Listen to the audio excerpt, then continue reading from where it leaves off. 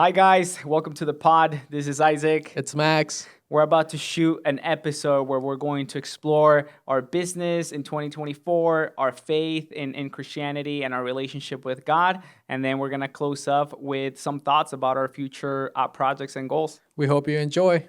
Brother Max, How's it going? brother in Christ. Dude, I'm so thankful to be here today with you. I feel like I see you less and less every year. We're growing so much.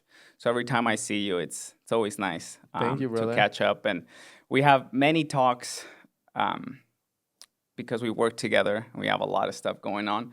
But this moment right here is special to me. And it's been a year since we had a format like this. And I would say we've definitely upgraded our setup. Yeah, we have a new studio, guys. Yeah, thank you to Georgua and Oksana for allowing us to record in their studio. And yeah, man, it's been 1 year, and I'm excited to do this and chat. How are you? I'm doing great, man. Almost exactly a year. December 20th, we just saw it the other day. December 20th was the last time, and it was actually with Kevin and his girlfriend, and we all had the America shirt. So it was really crazy seeing that episode, and even I really didn't feel like it had been a year since we filmed that. Yeah. Like it did not feel like a year. And I think more and more, I feel that time just goes by faster. And I know I watch Patrick Bet David, and he talks about how like time will just go, time will just fly, right? And he was talking about like 4 years from now, like it'll come like this, right? Yeah. And I do feel that. And that podcast episode being a year ago is just a representation of how fast time goes by. So we're going to cover what has happened in that year, guys. But we've grown a lot in our faith. We've grown a lot in our business. We started Third Shop. That's actually what I was remembering coming into today. I remember a year ago, I was mainly operating the Manhattan shop and going like day in and day out. And that was just crucial. That was like brutal, man. Yeah. That was brutal. So it's nice to be here a year later and recording this episode with you. And I'm excited to just share with everybody the growth, and hopefully this inspires people to just continue to improve in their lives, maybe get closer to God, and just tackle 2025. Take us back to 2019 when we moved to California with our friends from our hometown. Yes, it was important for me and Isaac as we were planning today's episode to just recap the journey, because the journey has been of a lot of change, a lot of growth, a lot of moving, and we know that a lot of people sometimes are fearful of making that change and growing in life. But we wanted to recap again the journey just so you guys can maybe again get inspired through our story. But yes, starting in 2017, I know you said 2019, but starting in 2017, me and Isaac, it's going to be a quick recap. 2017, we moved from Indiana to Texas, and we lived actually with Isaac's brother. And we did that for, I don't know, a year. And then we ended up going to Florida and living in Florida with another roommate for about 3 months, came back to Austin, Texas, and lived there. That was the first time you and I lived together. So through these initial stages, it was a lot of growth, a lot of learning, and this one was a big one because now we were responsible for paying rent ourselves, because we always shared it. Yeah. And Florida, we didn't even pay it because our Steven, who hired us, he paid for the rent. So this was like our first growth, and then after that, we decided to do a hybrid of traveling and living with my parents. So we did that. And then after that happened, we decided, okay, we need to really tackle life, and we really need to grow our business. We need to get serious. We need to get focused. And then that's when 2019 happened, and we decided to move to California with 7 people, 7 of our friends. Was it 7? It was 6 at the beginning. 6?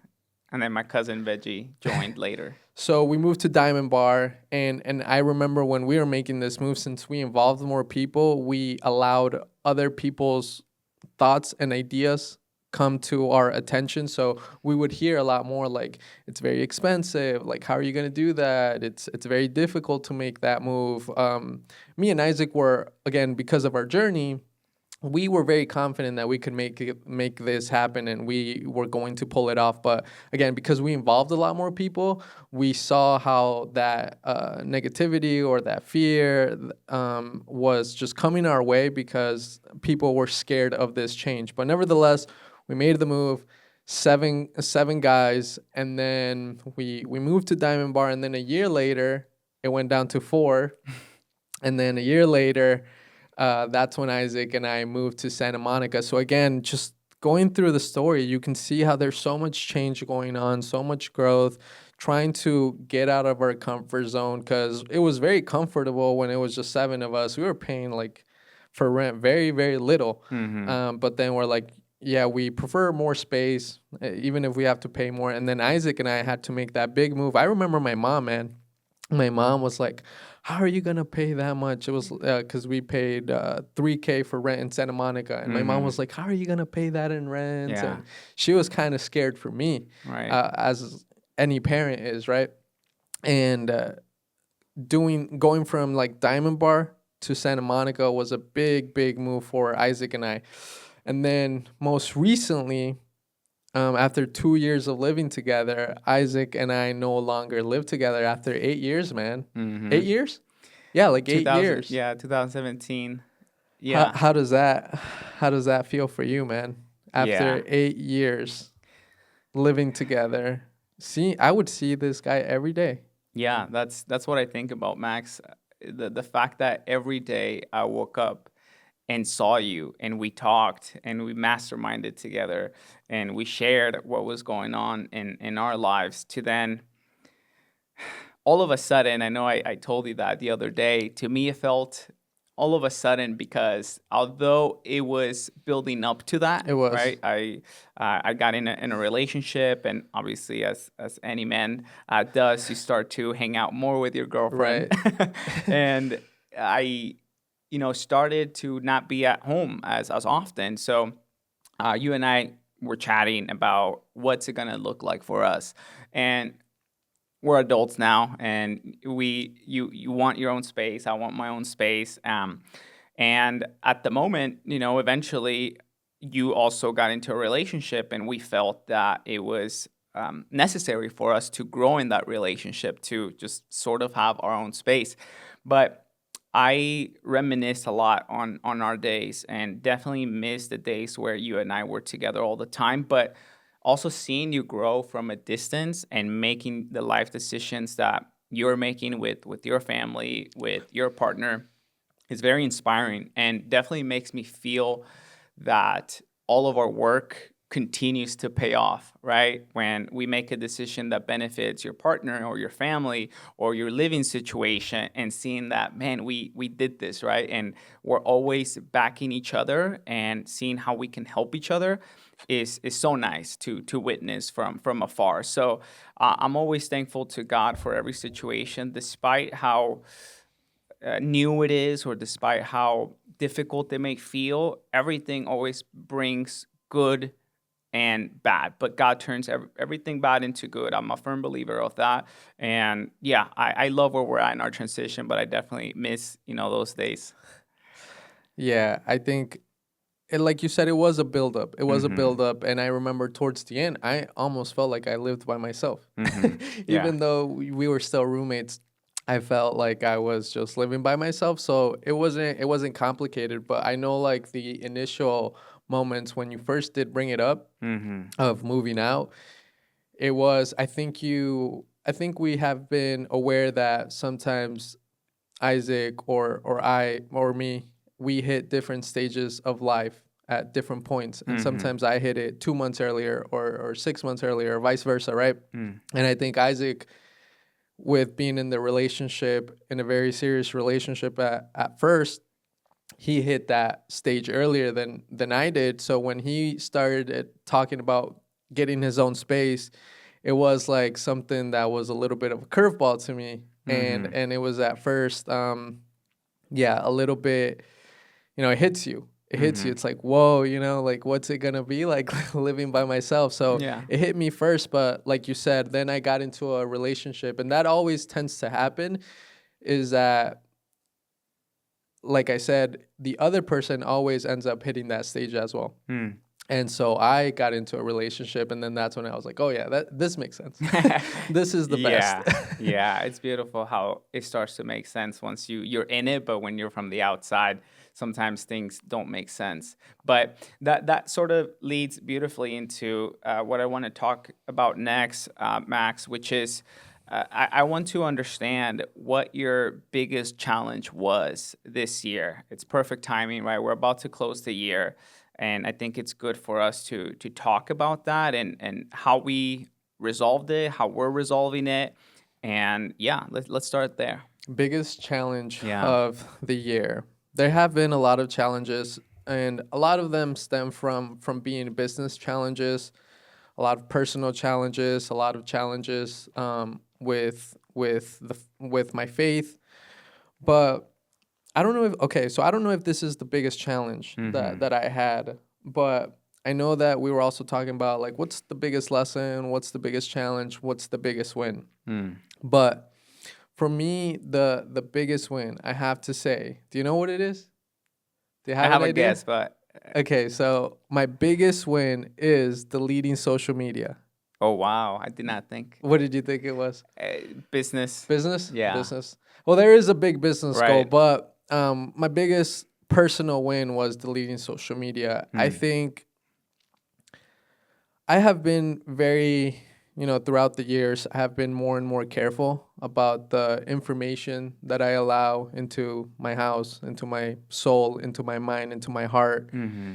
And social media has been one of those that, especially when you're a Christian, when you follow God, social media can be a place with a lot of temptation. The Mm-hmm. devil disguises himself in posts, in Mm-hmm. messages, and I realized, especially as I got closer to God, how there is a lot of bad stuff going on there. Mm-hmm. And even though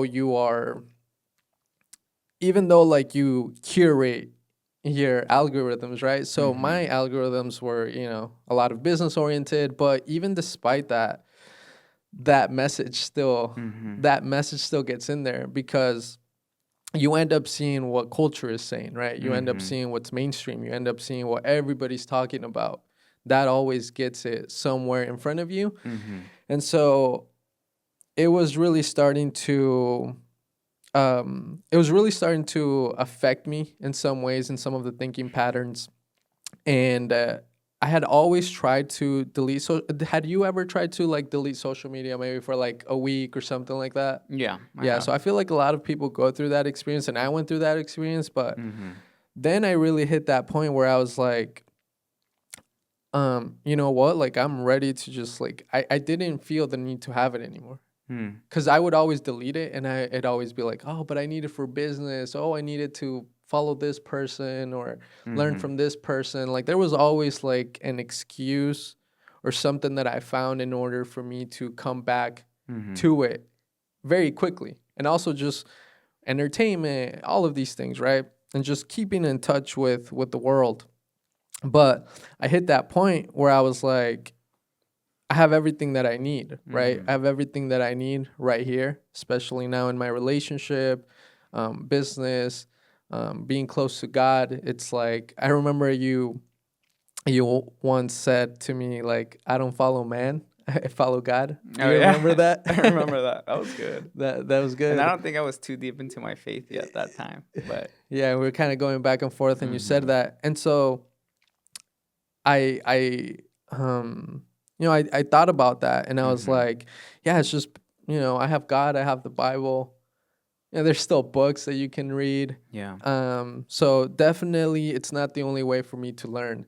Mm. And then I also said to myself, well, am I actually like, I may be learning, but am I executing? Because there's like Mm-hmm. so much to consume on there, right? Yeah. There's so much things that you can learn, but if it's like if you're not executing, then it's just time being wasted. Yeah, you're learning, Mm-hmm. but what does it help to learn if you're not executing? Yeah. So I made that transition, and I've been. When did you go to Goshen, bro? Do you remember? The last time, October. October. Mm-hmm. Yeah. So um, since then, I've pretty much been off social media. So it's been about. It hasn't been the longest time ever. It's been 2 months, but it is something that I feel very confident. I don't think about it. I don't think about downloading it again. I don't. Mm-hmm. I see my life perfectly fine without it. So that has been a big win, mainly for three things: clarity. Again, when you're on there and you're scrolling and you're going through platform, and you're just seeing so many messages and ideas and Mm-hmm. content, all of that, it really clutters the mind. Yeah. So I think about it like your bedroom, right? So, you've had a moment in your life where your bedroom has gotten super messy, right? Mm. Your bedroom has been so messy, everything is all over the place, you can barely walk through it. Mm-hmm. And I feel like that's my life with social media Mm-hmm. and my mind. It's just like messy. Mm-hmm. Thoughts about this, thoughts about that, feelings about this, emotions here. Everything is everywhere. Yeah. So by cleaning your room, by me deleting social media, is that equivalent to cleaning my room? The only cool thing is that the room doesn't get messy anymore, right? Mm-hmm. Obviously, you still deal with the things of life, but Mm-hmm. life itself is already so complicated, and to be worrying about everything else, it adds even more burden to the Mm-hmm. mind and to the heart. So I decided to do that to get more clarity, also time. I'm sure everybody, that's kind of an obvious one to people. Yeah. A lot of people spend so much time on there. And then those two are big ones, and then again that portal, I feel like it's a portal for on a spiritual level, for the devil to disguise himself Mm-hmm. and access you. And I feel like when I open those platforms, I allow his messaging to come to me, and Mm-hmm. I just have to, you have that choice, right? Like, do I just stand firm in this moment with all Mm-hmm. these messages, or do I just remove myself? I feel like we've talked about that in other times. Like, Mm-hmm. do we try to stand in fire, or do we or do we just remove ourselves from the fire? Mm-hmm. So I think in a scenario like this, I just rather remove myself from the fire.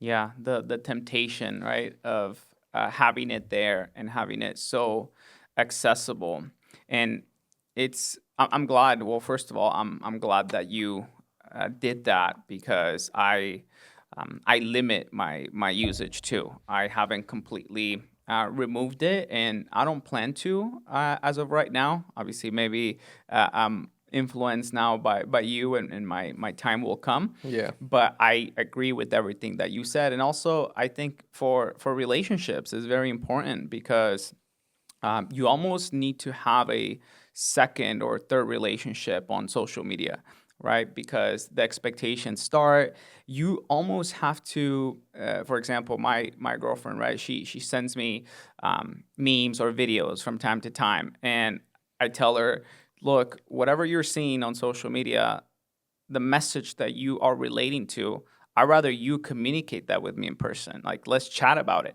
But I do Mm. like that at least it sparks that idea, right? But if you see something, leave it there, and then we can talk about it. And also just the insecurity part, which is something for everyone to work on, right? Not feeling insecure in the relationship, and it's on both individuals to make sure that that happens. But yeah, the flesh can be weak, right? And thank God that He shows us that image of He never sinned, and He always beat temptation, right? The Yeah. 40 days when He fasted, and the devil was there tempting Him and telling Him, look at this food, it's so delicious, and I'm gonna give you all the kingdoms. And Jesus just never backed down. Yeah. But Jesus is on another level. We're Right. humans, and as soon as we see something on Instagram, right, some girl showing a little bit of flesh, some guy talking about, look at what I have and what you don't Yeah, have, like the ambition, enemy, greed. right, the ambition and the luxuries, yeah, the temptation just starts to come up and you start to compare yourself. It demoralizes you to the point, I've seen in some people. Thank God I, have thick skin and I'm able to understand that. And same for you. But there are some other people that perhaps don't do too well. And I think the smart thing there, like you said, is remove yourself from that environment, right? So I'm glad that you did that, and Max. And to understand, the biggest challenge for you was all the consequences that being on social media were being presented to you. And then from that, the biggest win was just deleting it altogether, and you haven't relapsed since then. Okay, but what do you mean exactly? Yeah, just confirming that that was your biggest challenge, the social media aspect, and Yeah. just kind of wasting It was time and. yeah, it wasn't like I said, there was a lot of big challenges. Mm-hmm. It wasn't the biggest, but it was like some challenge. Like for example, we have some business challenges, right? Mm-hmm. And I feel like we're still trying to iron them out. Yeah. And this one wasn't perhaps the biggest challenge, but it was the biggest win Mm-hmm. because I know I did it. And Yeah. like you said, I didn't relapse. And I really don't feel a need. You know, Mm-hmm. when you give something up, like I Yeah. remember when you stopped smoking weed, right? Mm-hmm. You know, when you stop smoking weed, you try, right? You tried to stop Yeah. before, but then it's like, like you want to come back. Yeah. I But relapsed. then you hit that point where you're Yeah. like, yeah, I know that I'm not going to do it. Mm-hmm. And that's like how I feel right now with Yeah. social media Yeah. And and weed. and I'm sure you understand this, but it's always going to be there. You take the wrong turn, you befriend the wrong person, you open something, and you might be tempted again. No. So I just pray to God that He gives you the strength to recognize it every time.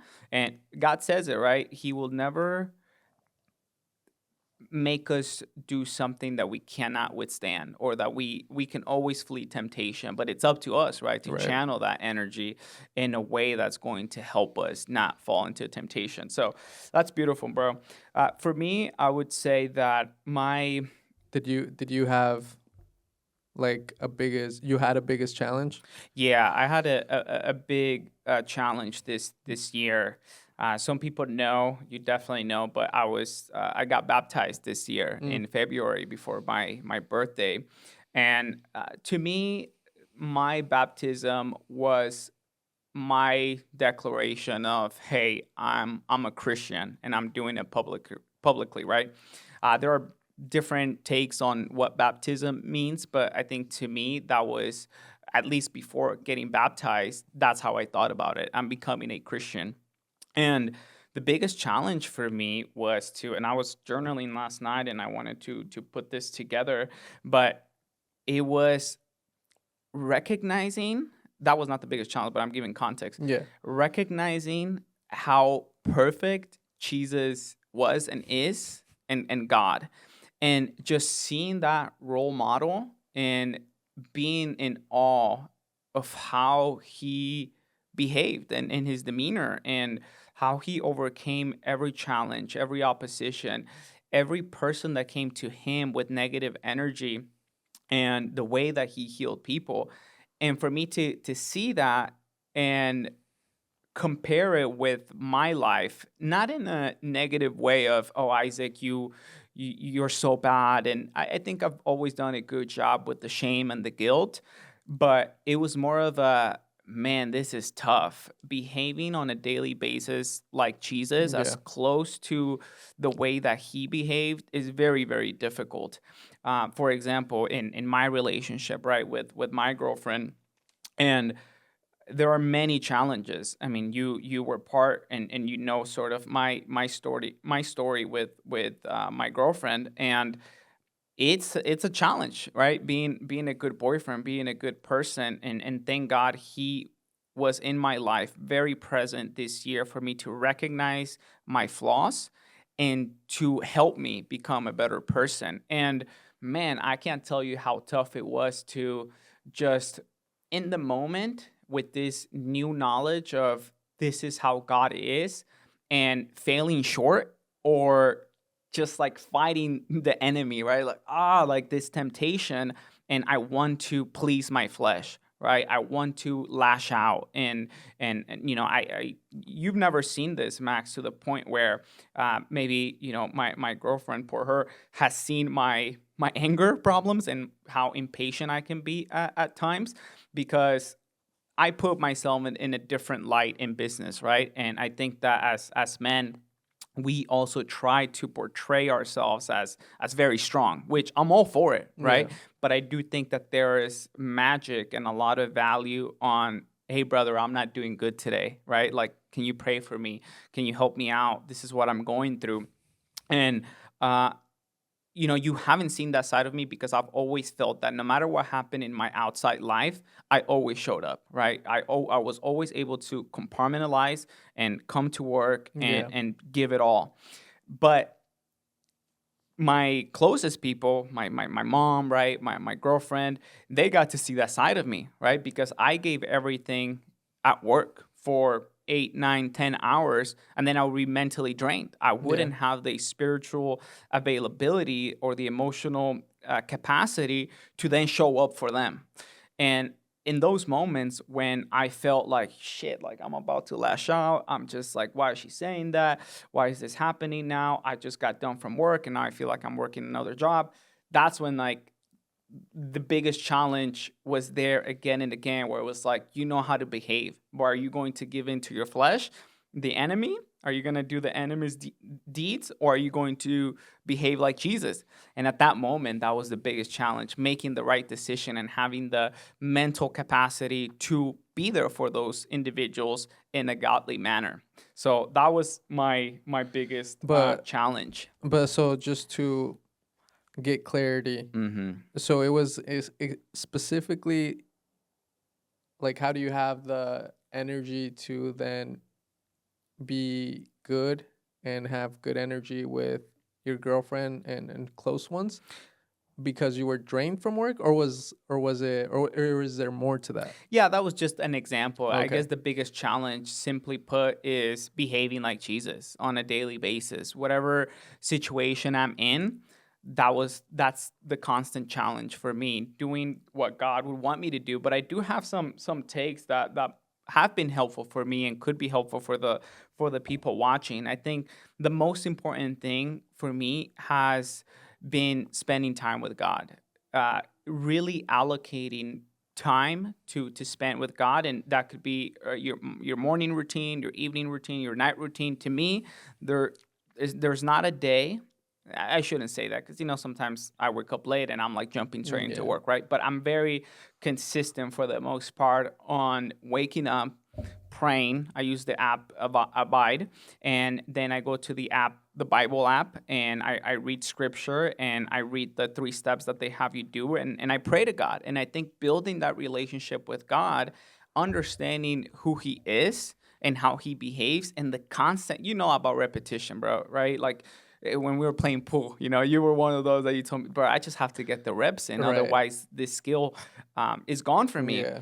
It's the same thing with anything. And I think for me, getting that repetition in with God, God is a person. And just like you and I make the time to nurture our friendship and our business partnership, it's the same with God. You need to make the time to speak to Him, and for Him to He knows you already, right? He knows everything about you, but He wants to see that, because sometimes people will say, why do I need to do that? He already knows me, right? If you're saying that He already knows me, why do I need to do that? It's the act, right, that He sees, like, oh wow, like he or she's putting in the time to speak to me and to be in a relationship with me. And I cannot tell you how beneficial that has been for me, to just build my routine around spending time with God. Every time I eat, I do try to make it a commitment. I'm like, well, when I'm working, it's hard for me. I kind of disconnect, right, Yeah. from God and from my faith. But I don't skip eating, right? Like my flesh is telling me, hey, you're hungry. Like, it's time to eat, right? And so much repetition, 27 years now of like, hey, I need to eat. So I don't skip it. But I use that as an opportunity to say, okay, I'm not going to skip my 3 meals, 2 to 3 meals a day, but I'm going to make sure that I pray before I eat. I make my food and my flesh is like, eat, like go munch out, right? Like I sit down and I'm like ready to go. Or sometimes, I have my iPad and I'm watching something and I'm disconnected, right? But I make it a priority to say, I need to pray. And boom, bro, like I start praying and I can't, just stop thanking God for everything that I have. For like even the smallest thing. Yesterday, I ordered pizza, right? And I was just like, God, the technology that we have to just like Right. pull up my phone, order pizza, and then someone within 20 minutes is at the door with the hot pizza, and now my girlfriend and I can eat. I was like, God, like, thank you. Thank you for giving people the skills to put something like this together, for a roof over my head, for food Right. on my plate. There are many people out there who don't have this. So, yeah, I think spending time with God has been super helpful for me to get to know Him better and for Him to bless me. I think the Bible says that you do good things and God would bless you. Yeah, and I understand that you said that I didn't see that side of you completely, but I would feel it. I Hmm. would feel it, and I would remember. Yeah, it even got to the point, and I don't know if it's the same timeline, right? But for me, it did get to a point where sometimes I just felt when we were at home and we were having, because we have tough discussions in regards to business, right? Hmm. And I remember sometimes you just had more patience, and sometimes like you were very like you were not very you were not patient, Hmm. and you would just get a little bit frustrated, like quicker and faster. And yeah, I just got to the point, and I knew you were in your relationship, and knew how difficult it was to manage both. Hmm. And also, again, when you were living with me, it was tough because yeah, you want to have a relationship, but we're living together, and I know at times we just had those problems, right? Because you want to have your own space. So there was a lot going on for you at that moment, and I would feel it. So I think in those moments I was just like, okay, yeah, Isaac's going through it a little bit. Yeah. And I just had grace in those moments, and I just didn't, I didn't get upset at you, or I didn't question like what's going on. None of that. I just said, okay, Isaac is just probably going through it, but I am glad that you are putting in the practice Hmm. and making that relationship with God. And I am glad that you gave the viewers um that insight.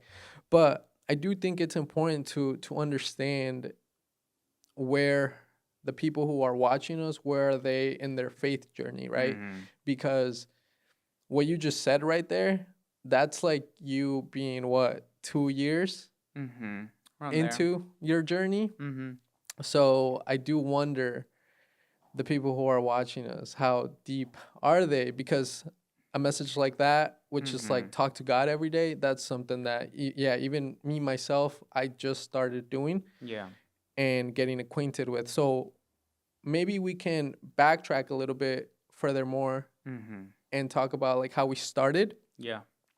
to for the people who haven't started their journey or want to start their journey, and they're right there. And a lot of people, because a lot of people touch you, a lot of people touched me, a lot of people pushed me towards God. It wasn't Hmm. just like one person, right? It was like multiple, it was multiple messages from Jesus and God. So for you, can you share your story? Because it was very interesting for me when I saw you start going to church and start building your relationship with God. Because I remember we would talk about God a couple of times, and dude, you were just like, you like I'm not proud didn't of that. acknowledge it at Yeah. all. Like for me, I was just like, yeah, there is a God. But for you, what was your mindset? Because I just remember the feeling, and I Yeah. just remember you just saying that you just don't know. Like you don't Hmm. necessarily believe it. I just felt like you didn't have that faith whatsoever back then. Yeah. So can you explain to me and to the viewers, how was your faith back then? What was your Hmm. belief? And then what changed? Because I was shocked that you had made that change, because I'm like, yeah, you had clearly told me that that was not a path for you. Hmm. Yeah. So I think I was very into the new age stuff, the psychedelics. Mm, Gare and Mark talk a lot about this, but you know what the um, the word for God is here in LA? Meditation? The universe. You Oh, know, it's like if the universe wants it, right? I think it's very common and to use that word, and that was my mindset, right? It was the universe, nature, right? I was a lot into philosophy as well, Stoicism and Plato, and just Marcus Aurelius, and reading the book Meditations. And man, it was just be a rock, you know, be a rock that is just floating. And there's really not much meaning to this, but just push through brute force. And I think it's always been in me. I've always been a very confident man, obviously now without realizing that God gave me those gifts, right? And that God was always with me every step of the way.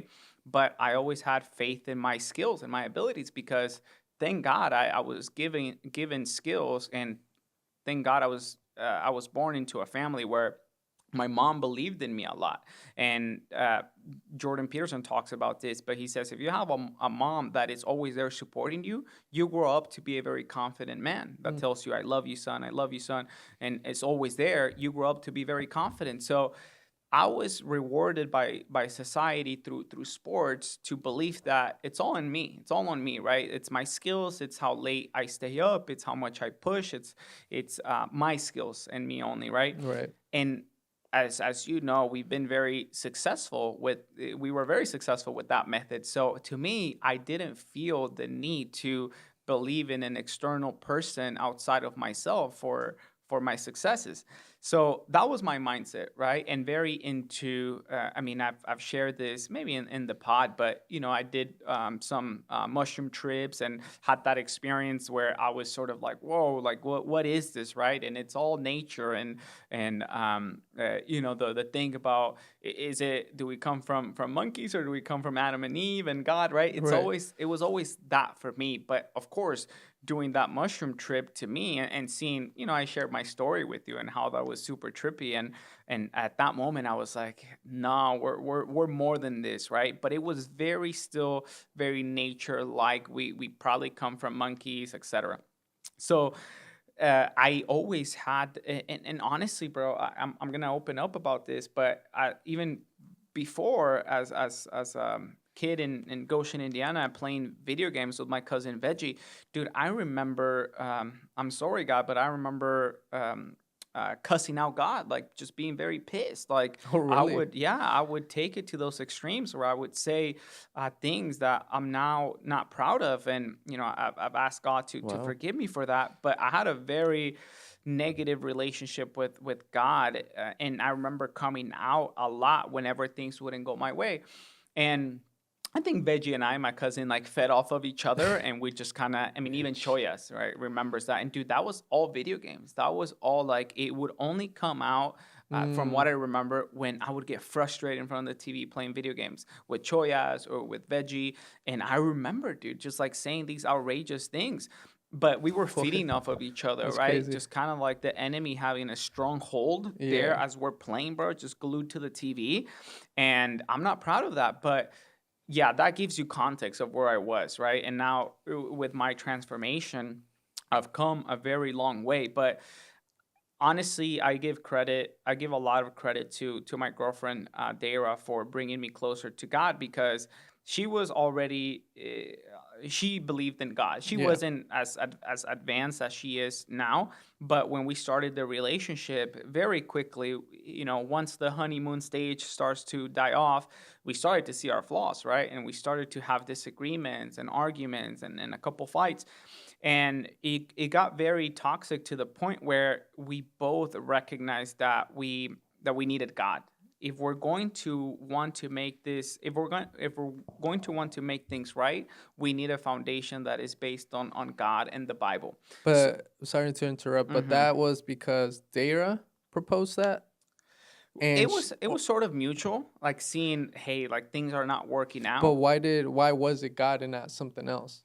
Because like you Yeah, said, because she was, yeah, that's why I give a lot of credit to her, because she was already in that mindset. And you know, she works her recovery program as well. So in that recovery program they teach a lot about that, about God and spirituality and faith. So she was already in that, and she proposed to me like, hey, in order to make this work, I think we need to have a foundation based on God and the Bible. And thank God I was open minded to it. I can't tell you how many times I've heard stories from couples or even our community right. group where the girl, most of the time is the girl, where she says, yeah, I'm dating this person, but he's not very open minded to coming with me to church and exploring Jesus.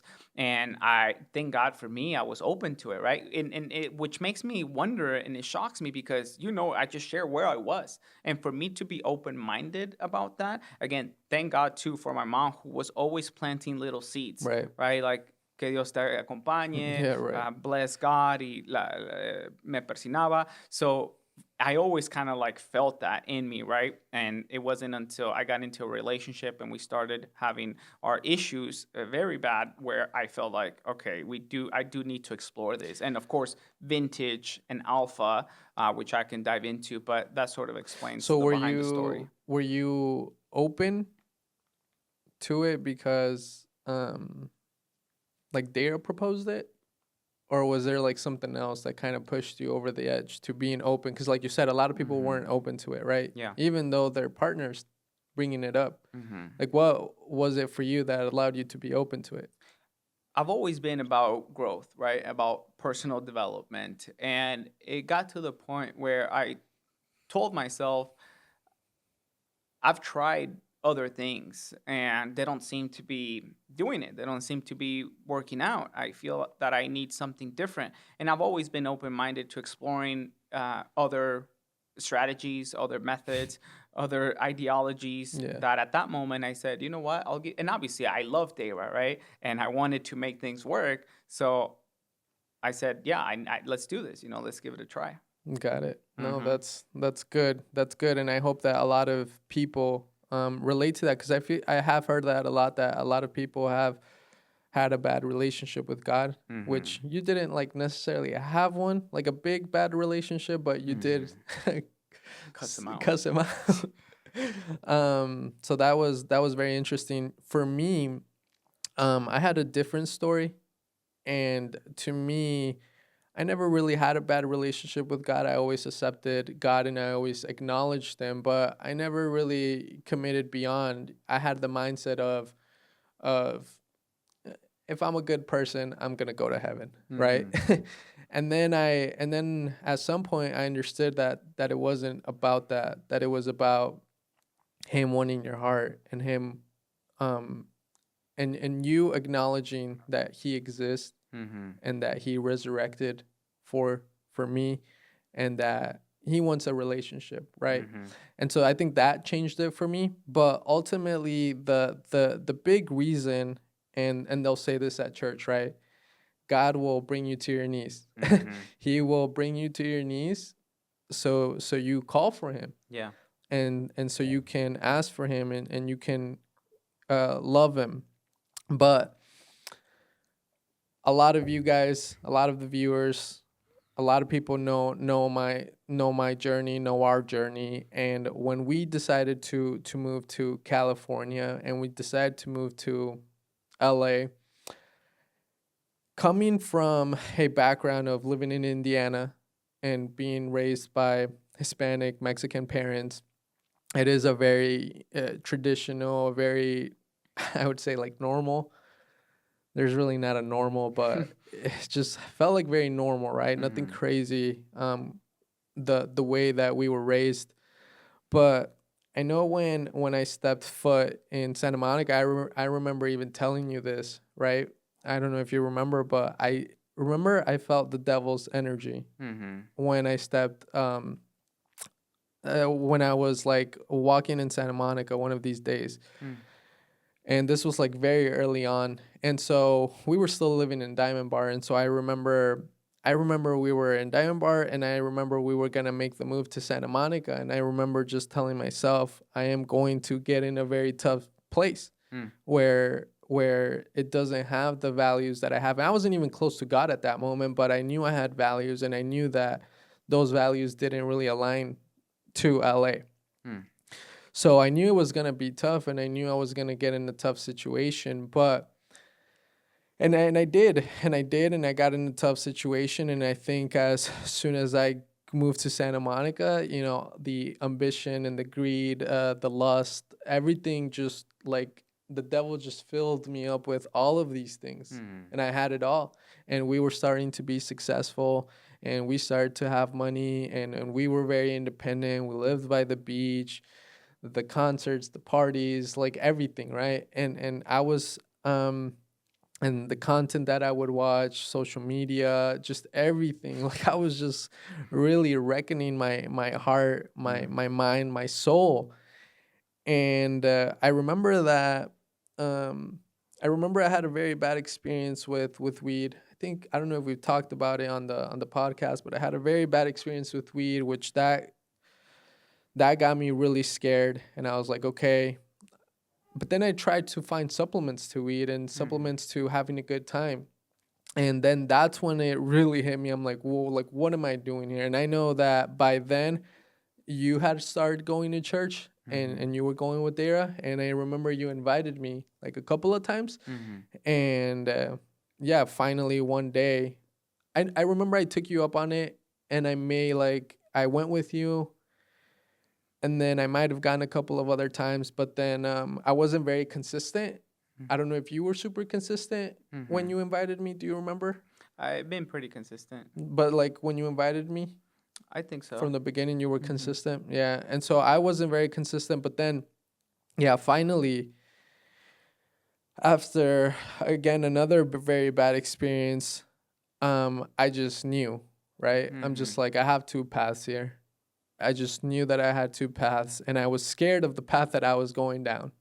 And I knew that I didn't want that path, and I just felt like I needed to really go to church and get closer to God, and make sure that, like, at this point I needed his help. Because like you said, up until like that stage of my life, I remember when I was at the truck in Santa Monica for Ride a Baby Bikes. A man approached me who was maybe Christian, some type of religion, and he said, "Hey, like, do you talk to God? Are you close to God?" You know, they try to connect you with God. And I remember just telling him like, "No, I just don't feel like I need him. Like everything is so good." But yeah, then I hit that point where I was like, I need him. Like I can't, like you said, you can't do it by yourself. Yeah. And I had that belief that I can do it by myself, that I can fight through it, that I can overcome my own weaknesses. And then I also wanted to also grab some I wanted to grab more values and more morals, because in the world that we live in today, we almost don't know what's good and bad. Like a lot of people will do bad things, but they don't think that is bad. It's just like they again, the messaging that the world gives you is they try to disguise bad as good. And so I did kind of get to that point too, where I was like, well, what's like, what are my values? What are my morals? Like, I need guidance. I need to know what's good and bad. Yeah. And so that's when I also just decided to turn to church. And it's been a slow it was a slow relationship that I was building in that moment, but over time it just really started to grow. It really started to grow until this year, where I feel like for both of us, I mean, I know you got baptized and you just explained that, but for me it was just like that commitment to going to church weekly, going by his values. We've talked about how sometimes when we're going through stuff, we go to what would Jesus do? What does it say in the Bible? And so for me, even though I mean, I got baptized as a kid, but I haven't gotten baptized again. Yeah. Regardless, I feel like my commitment with God and my connection with God is there. And that has happened for Isaac and I this year. And that's why it's just been this year has been a lot of change due through our faith, and we wanted to share our story to, again, for as a testimony, right? As a Mm-hmm. testimony, hopefully some of you find yourselves within our stories, and if you're right there and you just need that push, hopefully this is, because it's Mm-hmm. that's what it is. That's what it is. It's like someone tells you, then someone else tells you, and then Yeah. finally, like, you're like, you know what, let me give this a shot, and then you do it. Yeah. That's a beautiful story, bro. And I just want to give one more thing to the people watching. I do want to thank Vintage Church because it and the program Alpha, right? I don't know how where people can find Alpha, to be honest, but the main idea here is that the program Alpha, you can go into this program, and I that's what I did. Like when I first started going to church, I I enrolled into the program. And basically, this alpha program, you can go in there as an atheist and talk to Gare, the pastor, and ask him, I don't believe in God. Show me the proof. Right. And they will not judge you. They will not tell you, get out of here. They will not tell you you're crazy. They will look at you with compassion, a true reflection of of how God and Jesus, how they behave. And it was beautiful for me to be able to explore my spirituality and my faith in such a safe place. And then, the encouragement here is to find a church that works for you and that stands by what the Bible actually says and what God says. Obviously, you're not going to understand that right away, but you're gonna feel it if people are Yeah. welcoming, if they are compassionate, if they're showing you grace, if you go into a church and people say hi, the people that work there or volunteer there, if they're open to welcoming new people. And Vintage always prioritizes newcomers, right? But that's because that's what Jesus prioritizes, right? He will pick out the sheep that gets lost and bring it back. And I think that message is so beautiful. And yeah, I just want to thank Vintage Church because it's been super helpful in, I think, both of our journeys. And yeah, I think I want to touch on how our faith allowed us to operate differently this year. I mean, you touched on how even in business, we relate back to what does the Bible say. I'm not going to go in too much detail, but you remember the situation that we had in our business and where you and I remember calling you and I was like, bro, emergency, right? Right. Something, this happened. And I think very quickly we were both. I remember I was thinking about it, but you brought it up. You were like, well, you remember the story of Jesus and Judas and how Jesus showed grace and compassion. And I was like, man, this is why we're business partner, right? Because we're in sync and really good friends, obviously. But I was thinking the same thing. And it was at that moment, right? When that happened, bro, I remember vividly, I just looked up at the sky, raised my hands, and I was No like, way. God, like, thank you for giving me this opportunity to behave like you, to show how Mm. good you are. And I remember doing that. And I told this story in my vintage group, and we behaved like Jesus did and showed grace to this person. And man, maybe a few years ago we would have handled that situation differently. Yeah. And I think that it's been beautiful to see you also try to do what the Bible says and what God commands us to do, and we're doing it even we talked about how we're doing in our personal life, but even in a business level. Do you have any other examples of how you've behaved differently now with your newfound faith? Obviously, I already explained the social media Mm-hmm. and me changing with that, but I think in my relationship with my girlfriend, I think that, again, the Bible, God, me exploring God has helped me be able to honor and treat my partner even better, Mm-hmm. because yeah, back then, again, I didn't know that some things were bad, like when it came to lust, right? Mm-hmm.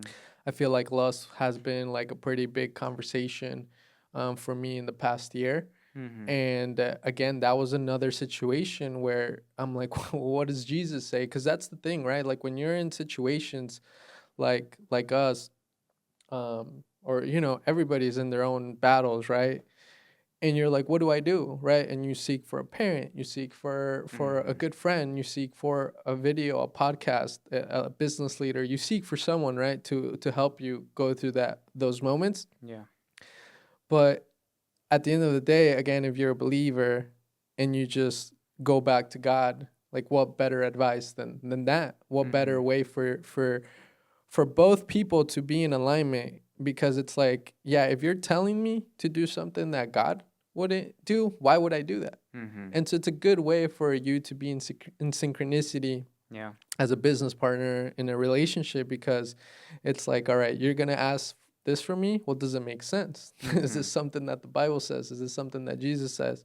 And so I think in my relationship, it has helped a lot in that regards. And that's the first thing that I can think about. But we also talked about, what would have happened if again, if I didn't go to church, like we talked about earlier today. You hit that stage earlier than I did. What would have Hmm. happened if I didn't hit that stage? Yeah.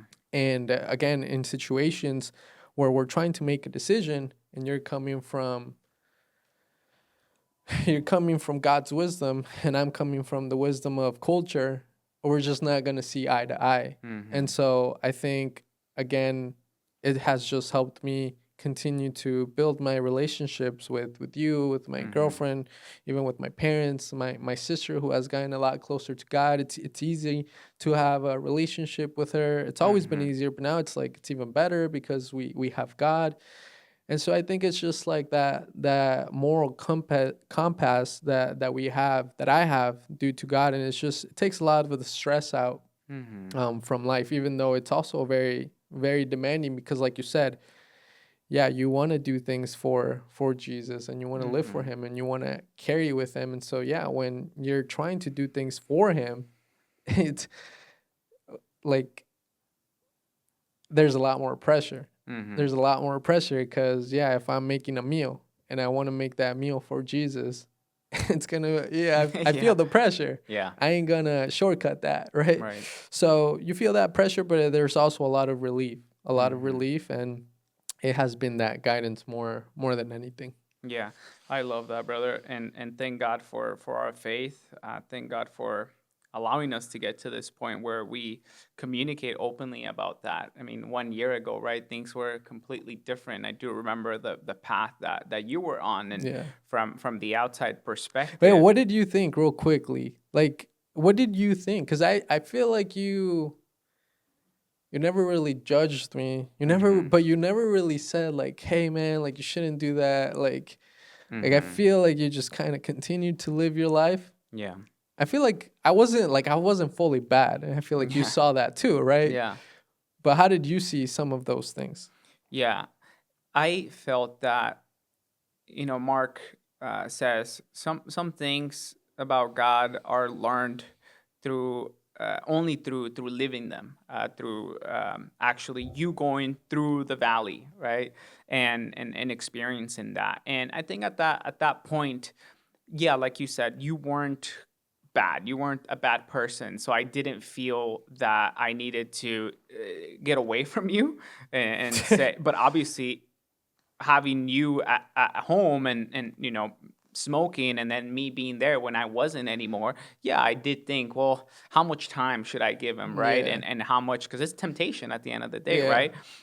So in my head, I was thinking similar to the way that you showed me grace.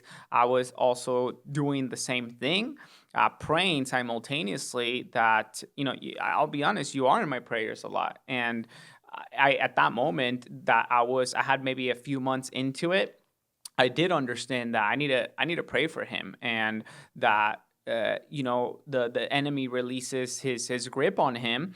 But I did see you. I was like, in my head, I thought, let him go through it, right? Like, let him experience it, let him get it out of yeah, his system, so that he sees the same way that God lets people ask, why does God let us suffer, right? And it's like you said, sometimes he will make you go down on your knees so that you feel the need to reach out and say, God, I need your help because it's yeah, beyond my control.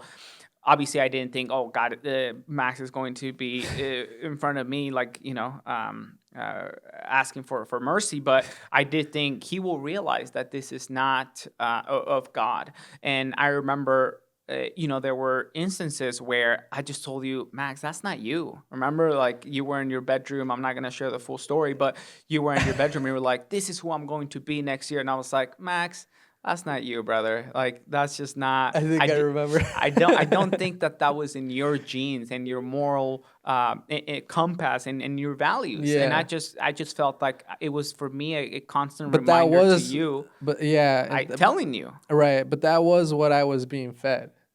Yeah, exactly. And so, but yeah, I'm glad that you did say that. Yeah, I felt that by me just telling you that's not you, Max. Like, what are you trying to do? Yeah. That you would ponder on that, and I think eventually you did come to the realization that that just wasn't you, Yeah. right?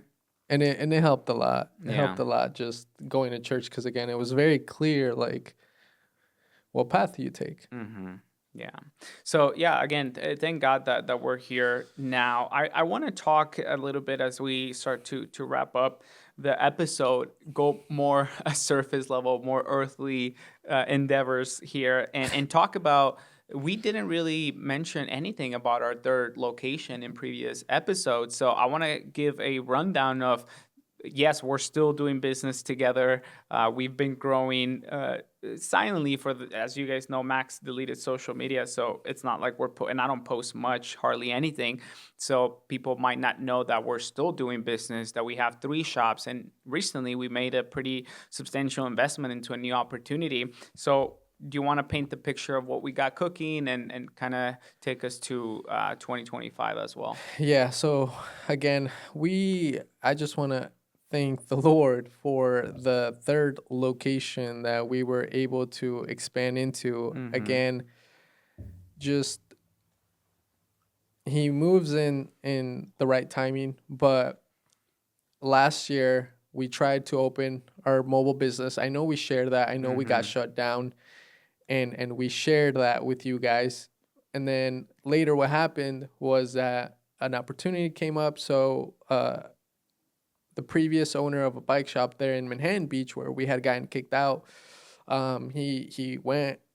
I don't know if out of business is the right word, but he ended up just leaving the shop, and the opportunity came up, and it was just like something that me and Isaac were able to execute like quick. Mm-hmm. The space was open. It still had the awning. There wasn't any fixes that needed to be done to the space. Not anything crucial. It was ready to go. It was ready to go, and Isaac and I also had the inventory. We had the inventory because we had a lot of inventory from Santa Monica that we were literally able to just close our lease within a month, be there on day one, and November 1st was the day that we opened, and bring in the inventory, and we were ready to go. So luckily, again, we were at the right place at the right time, and we started the third shop. We were very hesitant as to how it was going to do because usually we have a clear idea because we see the numbers from previous business owners, right? When we buy a shop, in this situation we didn't buy it, we just moved in to this shop. So there was hesitation on my part of like, what's it going to look like, what's it going to be, but at the end of the day we're like, well, it's not going to cost us anything in terms of upfront cost, because usually we pay the business owner, the previous business owner, to acquire the business. In this case we didn't have to do that, so it was like, well, what do we have to lose? Like, all we have to do, you do the basic, like, what do we have to do to break even and this and that, right? We're like, okay, we're going to be able to do this. And yeah, luckily we started, and within the first month, I think we started seeing that it would be successful and that it was good.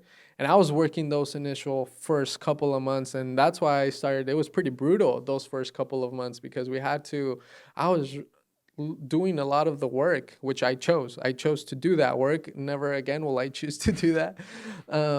But I did the work, and then obviously Isaac was still helping with Redondo, Santa Monica, Manhattan as well. And then as time started to go by, it just started crushing it. Like it just started crushing it at a level that I did not expect it. And I remember coming to Isaac and I was like, Isaac, like, do you see Can this? you Like, believe can this? you believe what's going on here? Yeah. Like, I did not know that this was gonna happen. And Mhm. Isaac was very frustrating to me because he was like, he was not shocked at all. He was just like, yeah, I kind of knew this and that. And I was like, bro, like how? Like you cannot. Cause for me, my mindset is like, yeah, you just never know. Like everything could be indicating that this is going to it's in the Bible. God, no, man plans, but God decides, right? Mhm. It's not an exact verse, but yeah, you can plan and you can hypothesize, you can everything, but yeah, you just never know the unknown. And Mhm. so for me, I'm like, I gotta see it. I gotta see it, and it's gotta happen, Yeah. which is not good if you want to have faith because you can't see it. um, but yeah, Manhattan just crushed it. Just absolutely started to crush it. We had some ups and downs with our Santa Monica location, and our Redondo location was pretty steady, but we went through that growth of managing three shops, and so it allowed us to just kind of continue to go down our business journey and expand on our roles, but also delegate some of our roles, and at the same time just bring more structure and understand how to make everything more business oriented and make sure that we have everything that we need to run, because when you have one shop you do things very on the go or not very formal. You try to implement some systems, and we implemented more systems than your usual business owner, but even at the level that we were, there was much more that we could do to just continue to fix everything. So we have that third shop, and the reason why it was so great for us and it came at such a right time is because again, me and Isaac wanted to start our own lives with our own partners. And so in order for us to do that, we did need to become more financially stable. And so that Manhattan shop just came at the perfect time for us to continue to grow, continue to tackle life, and be able to be with our partners independently, because had we not had that, Mhm. it would have been a little bit tougher, and we're always looking to continue to grow. Everybody's looking to continue to grow, so it also just filled that personal satisfaction of like, okay, we're not staying stagnant. And it's just overall, I am just very thankful the way it worked. Same as Santa Monica. Like I remember Santa Monica, we came in, we moved in, and the opportunity was like, hey, like, did you move to California? It's like, yeah, I did. Let me see the business, and boom. So I'm just very grateful that the Lord has blessed us with these three shops, but it also it also is about us making those decisions, right? Mhm. Like you still have to make the decision to be with God, and we Mhm. still had to make a lot of these decisions to continue to persevere, and a lot of it was through God's help. But I feel like also kudos to us for making the decisions to just push and outlast all of these situations that have been very tough for us. Mhm. Yeah, that was beautifully said about our journey this year. And I do think I share the struggles with you because this year, depending on the season, right, we employ anywhere from 10 to maybe 13 people with all of the three locations. Right. And that's not easy, right? Because as you mentioned, Max, when you're running one shop, you are doing a lot of the work, so you don't need this handout of, hey, here are the instructions on how to do something. You don't need this Loom video to teach someone how to do the process because it's all in your head, and you are cutting corners, and you know where all of your information is on your laptop. But when you add someone completely new to the picture, to the business, and now you're having to integrate the whole team to be in synchronicity and to understand how to find things on your business documents and systems. You do have to do the corporate work of, we need organization, and we really need to become different operators. And at this point, the difficult thing for me, which I truly enjoy, is setting the vision, right, with you, because there are people on our team who are hungry just like us, right? And I think that's where sometimes, business owners who are complacent and are no longer, which is, it's just not a bad thing at all, right? But are just complacent with what they have, they will probably get people who are complacent with their situation, with their role, with their employment status, right? But because we attract people that, because we like growth and we're constantly aiming for the next thing, at least on a yearly basis so far, we probably attract those type of individuals, right, who need also that constant. And we've seen it, right, with our GMs, with those A players that we have, that I feel the pressure of, Max, we need to set a vision for this, and what are we trying to get to in 5 years, in 10 years? Is it acquiring 10 shops? Is it acquiring 20 shops? Right? And it's not easy to set the vision, because these decisions, they're difficult, right? And I think you and I are in a unique position where we sort of act, both of us, as the people who set the vision, right? It's not just one person like, hey, we're going to do this, and I'm not really asking for feedback. You're just going to do what I say. And for you and I, it's this constant back and forth on, hey, where do we take this in 2025? Where are we trying to get to in 2030, right? And sharing that vision with our team and hiring the right people to help us get there is very difficult. It's not easy.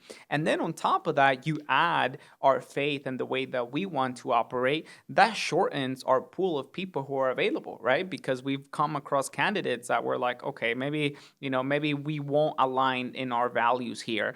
And yeah, as you know, we also have been growing, and there are guys and girls on our team who we hired maybe before we started to evolve in our Christianity, right, and getting closer to God. So if you're not spending time with them and influencing them in a positive way, they can also shift and go their own way, right? And you just want to be, I think this year really helped me to see all of that on a different level. And it does sort of put you, like you said, Rib had its ups and downs, Beachside Redondo has been steady. And I think for me, that was a struggle to, I'm always like, we need to do better. We need to do better every year. We need to have sales growth, right?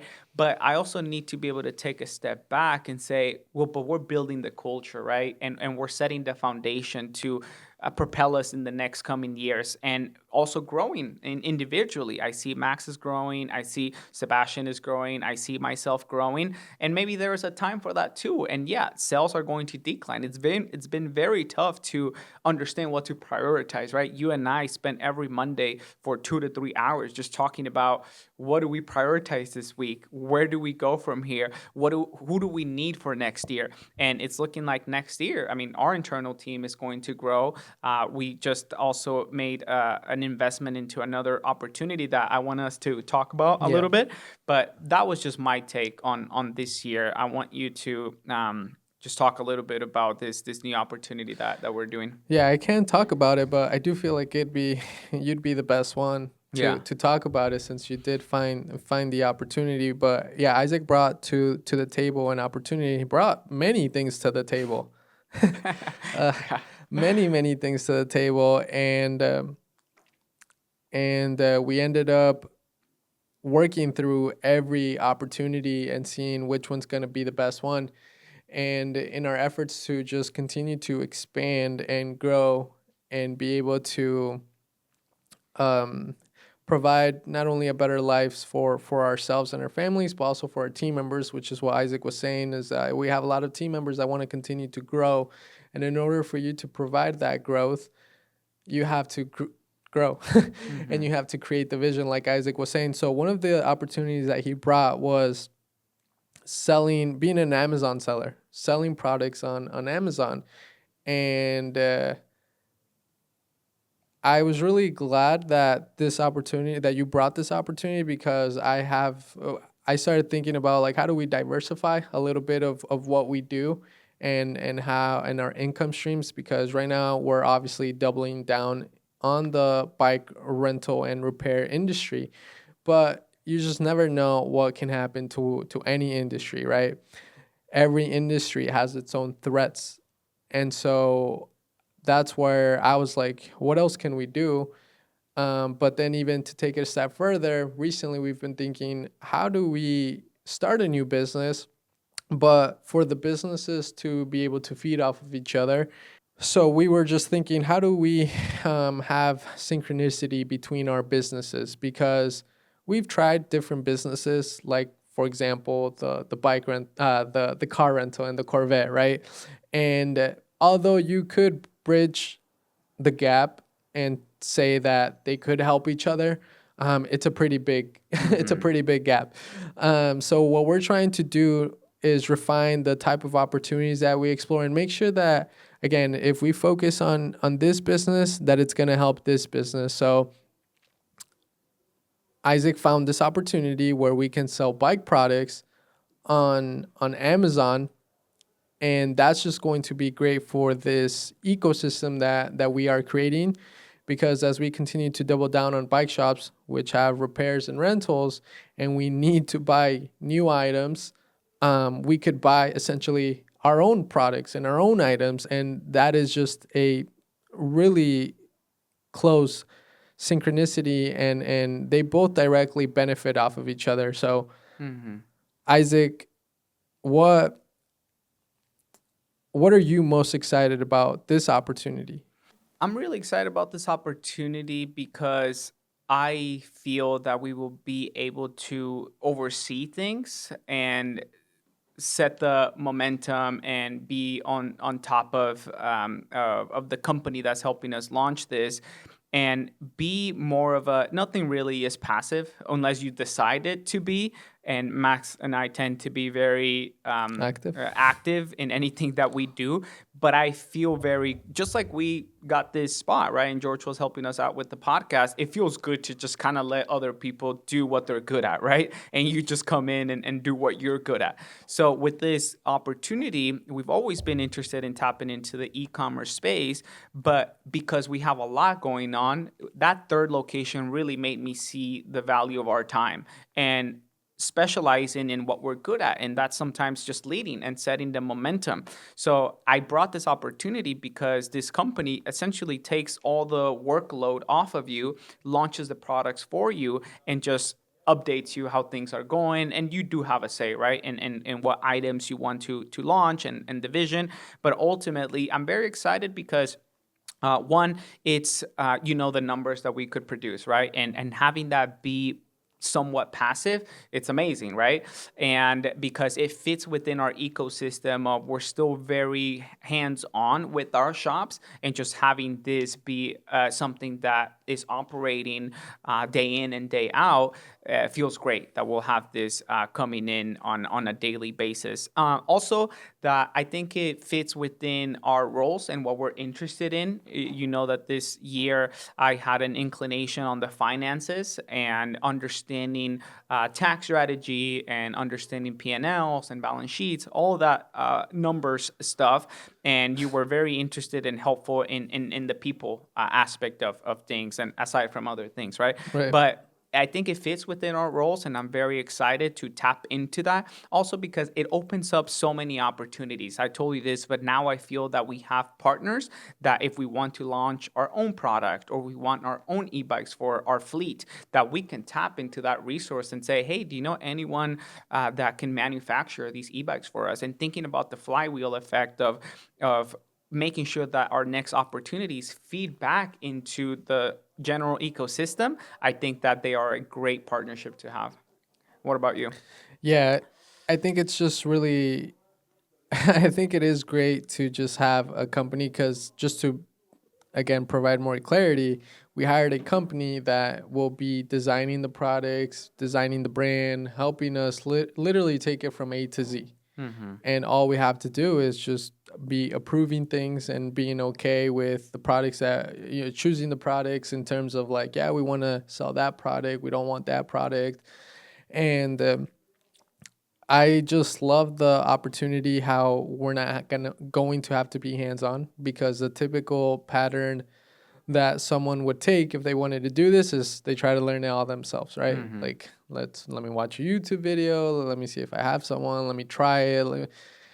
The amount of yeah, the learning curve that there is to learn anything is like just massive, Mm-hmm. massive, massive, massive. So if we could just hire someone that already is good at what they do, like Isaac said, then even better. And that's what I'm excited about, the fact that we're going to be able to just have like a sort of trifecta within this business, which is like it's going to be somewhat passive. It's going to feed off the other businesses, Mm-hmm. and it's e-commerce because we have been wanting to go online and have a little bit more location independence. And Mm-hmm. I have to rely, well, I have to be in Santa Monica. Isaac has to be near the shops, Yeah. right? That's something that we're wanting to grow out of at some point.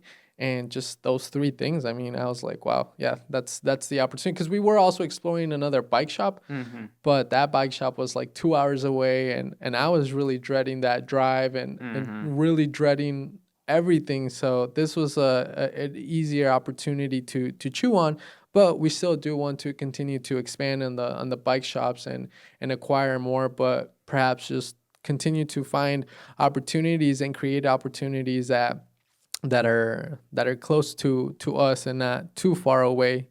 Mm-hmm. Yeah, I'm real excited, Max. To close off, I want to ask you, what can people, and by people I mean me, your partner, your family, your customers, what can they expect from Max next year? Yeah, definitely. I think it stems from, again, getting closer to God, Mm-hmm. because as I said, I'm still young. I'm 28. I still need more wisdom. I still need to learn more. I still need to execute more, and I don't follow social media anymore. And that's where, or YouTube. YouTube is one that I've deleted, but sometimes I'll still log in. Mm-hmm. Um, to watch like soccer games and recaps and highlights, Yeah. but I won't really watch like business leaders anymore as much. Mm-hmm. So I am trying to download the energy and the information and the wisdom from God, Yeah. because I still need to continue to grow, and I don't want to just become, complacent with the energy, the knowledge that I have. But I do want to read more, and I do plan on getting more knowledge through reading. Mm-hmm. Um, but a lot of the wisdom will come from God, and then What's sorry to cut you off. What's one flaw that you feel that people near you notice about you, or that you notice, right? And yeah, will you change that? yeah. I think one is I think just the frustration aspect. I think I can get frustrated pretty kind of similar like what you were saying. Mm-hmm. I don't know how different we are, but I can get pretty frustrated. I do expect sometimes people to just know what I'm talking about or how to do something, and it's just frustrating when I don't see people like moving quick. Mm-hmm. And sometimes that, like the people close to me, that's what they would say. And then I mean, in terms of business, I don't feel like we have a lot of pushback with a lot of our team members. Mm. So flaws, maybe just being quicker to things. Um, yeah, sometimes I can delay things because I feel like I have so much going on and there's just not enough time and you're trying to get a task done. I feel like maybe some of my team members be like, yeah, sometimes Max takes a little bit long to get something done, Yeah. because I'm just trying to cover, so much space. For you, I don't know what you would. I think your flaw too. I think one flaw that you would see in me is sometimes I forget things. Mm-hmm. I can like forget to just, yeah, those reminders, and you're like, you'll remind me and like I'll forget and I won't do it, and I feel like that's one flaw that you may see. And Mm-hmm. then there's the ones that I see for me, which is like just being a better leader, being more courageous, being more bold, taking on more risk, Mm. um, getting better at like all different verticals within business, sales, marketing, organization structure, HR. that I feel like is like never ending. Mm. And it's just like you're just constantly growing. I feel like I've gotten better, but sometimes you feel like you haven't. But that's what's in store for me is just getting closer to God and continue to grow in these areas that will allow me to grow in business. Yeah, I pray to God that He helps you And get there, brother. what about you? Yeah, I think for me the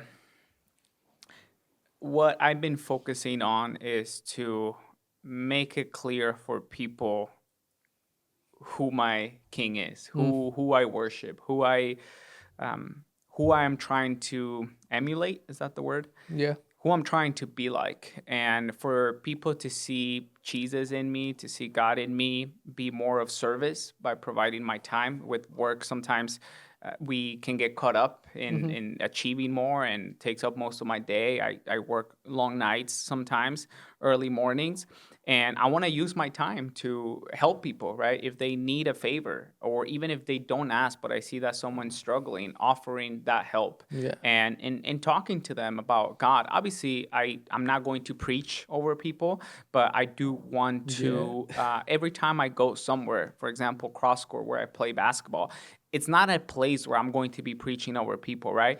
But I do subtle things that people can perhaps see and be like, oh, wow, like that's interesting, right? Yeah. And we can start a conversation about that. So I do that intentionally so that people can see that I'm a Christian, and I think that's what people can expect from me, my closest people, to get a sense that okay, this guy's trying to influence me, right? Like this guy's trying to lead me towards something, and I think that even on with our team, right, in our chats, just dropping it here and there, like, hey, thank God you're healthy, right? Yeah. When Sebastian got injured recently, just dropping that little message so that people see, okay, he's a Christian, he believes in God.